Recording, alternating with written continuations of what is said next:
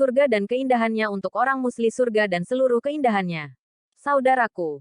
Al-Hasan Al-Basri berkata, pada dasarnya seorang mukmin itu merasa sedih setiap pagi dan sore hari. Sebab dia berada di antara dua kekhawatiran. Khawatir atas perbuatan dosa yang telah lalu. Ia tak tahu apa yang diputuskan Allah Azza wa Jalla terhadapnya.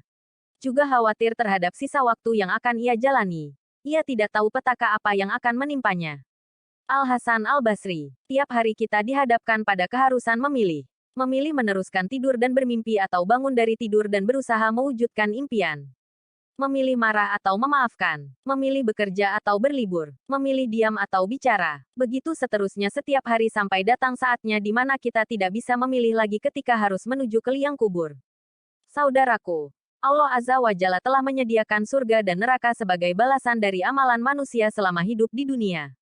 Neraka adalah tempat yang sangat menyengsarakan bagi manusia yang selalu berbuat kemungkaran dan tidak taat pada perintah Allah Azza wa Jalla.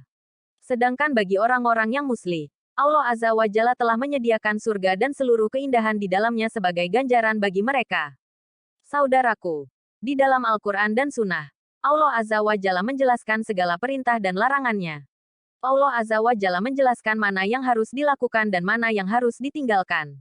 Ayat-ayat Allah Azza wa Jalla juga menjelaskan hal-hal apa saja yang akan menjerumuskan kita dan apa saja yang memberikan manfaat kepada kita. Untuk sampai pada surga Allah Azza wa Jalla, manusia memerlukan petunjuk, jalan dan sarana amalan apa saja untuk sampai pada surga. Petunjuk tersebut tidak sulit dicari ketika kita dapat menggunakan pemberian Allah Azza wa Jalla dengan baik. Semua petunjuk tersebut sudah Allah Azza wa Jalla sebutkan dalam Al-Quran dan teladan Rasulullah dalam sunnahnya. Jika kita memiliki potensi yang baik dalam mentazaburi ayat-ayat Allah Azza wa Jalla, sudah tentu kita mengetahui jalan mana saja untuk menuju surga. Rasulullah Shallallahu alaihi wasallam bersabda, "Aku tinggalkan untuk kalian sesuatu. Jika kalian berpegang teguh kepadanya, kalian tidak akan sesat selama-lamanya, yaitu kitab Allah dan sunnahku." Saudaraku, Allah Azza wa Jalla memerintahkan hambanya untuk berupaya maksimal terhadap nikmat dan karunia yang diberikannya. Karena pemberian tersebut yang akan mengantarkan kita pada jalan kebenaran. Panca indera yang diberikan oleh Allah Azza wa Jalla harus digunakan untuk memahami tanda-tanda kebesarannya. Karena di akhirat nanti Allah Azza wa Jalla akan meminta pertanggungjawaban dari indera yang kita miliki. Sebagaimana firman Allah Azza wa Jalla. Dan sesungguhnya akan kami isi neraka jahanam banyak dari kalangan jin dan manusia.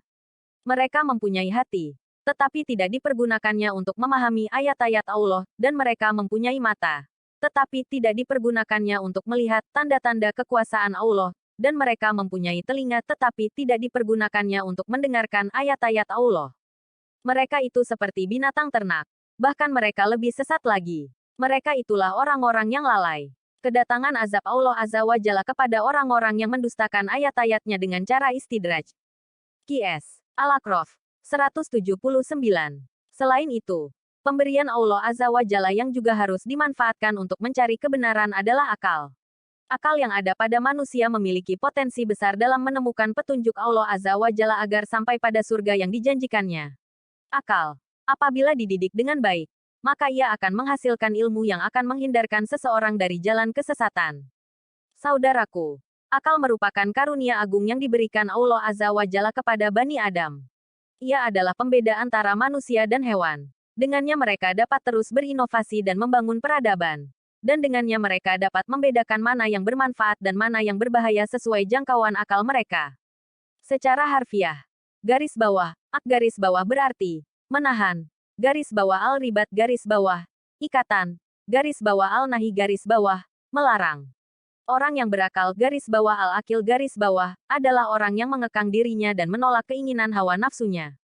Menurut Abdul Fattah Jalal, kata garis bawah, garis bawah dalam Al-Quran tidak berbentuk garis bawah isim garis bawah kata benda, melainkan terdiri dari garis bawah fiil garis bawah kata kerja. Ini dapat dijadikan petunjuk penting bahwa akal bukan sekedar benda atau sel hidup. Yang lebih penting dari itu adalah akal untuk bekerja dan berpikir. Sebagai kata kerja, garis bawah, akala garis bawah dengan segala akar katanya terdapat dalam Al-Quran sebanyak 49 tempat.